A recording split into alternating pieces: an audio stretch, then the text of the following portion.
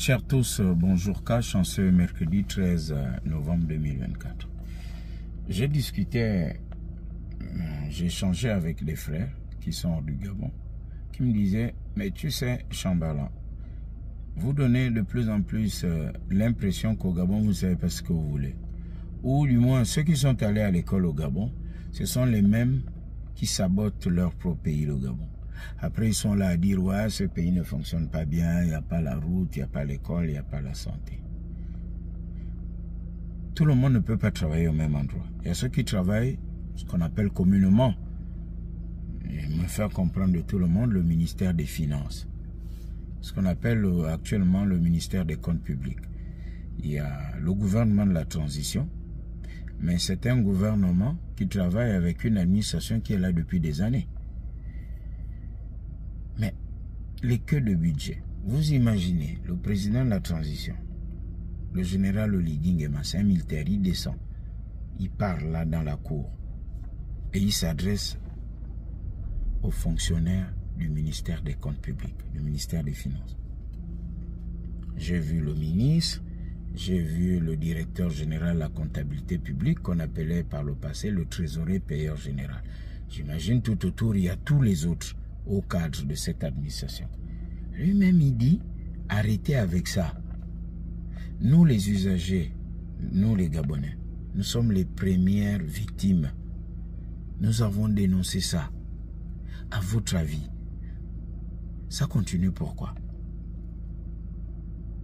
C'est un système qu'ils ont établi. Ce système ne peut s'arrêter que si nous, Gabonais, nous, usagers, nous jouons aussi les gendarmes. Même vous-même, vous ne voyez pas que, en fait, on est en train de vouloir saboter cette transition. Les gens ne veulent pas que les choses changent. Ça n'a rien à voir avec les partis politiques. Hein. Parce que si vous dites à tous ceux qui travaillent au ministère des Comptes publics, tous les fonctionnaires, là, allez, tout le monde au stade, vous libérez les bureaux. Il n'y a pas que ceux qui font la politique. Il y a nos parents, cousins, amis et connaissances, époux, épouses, beaux-frères. Et nous sommes tellement hypocrites. On sait que c'est le parent, le beau-frère ou la belle-sœur. On se tait. Même ceux qui dénoncent les choses sur la toile. Ah, c'est un parent, je ne parle pas de ça. Mais comment peut-on changer le Gabon si on est encore dans les queues de budget? Effectivement, on paie les fournisseurs en retard, on retarde le paiement, on envoie l'argent et pour aller le récupérer après. Écoute, c'est combien? C'est 10 000. Non, mais 25 000. Moi, je vais signer. Ah, ok, je récupère les 25 000, mais on sait que le travail que nous avons fait pour l'État ou pour l'administration, c'est 10 000. Les 15 000 là, ils se partagent ça. Et on se plaint encore que le pays n'est pas construit, le pays n'avance pas. En même temps, on veut les rappels. En même temps, on veut la bourse. En même temps, on doit aider les promoteurs et les entreprises.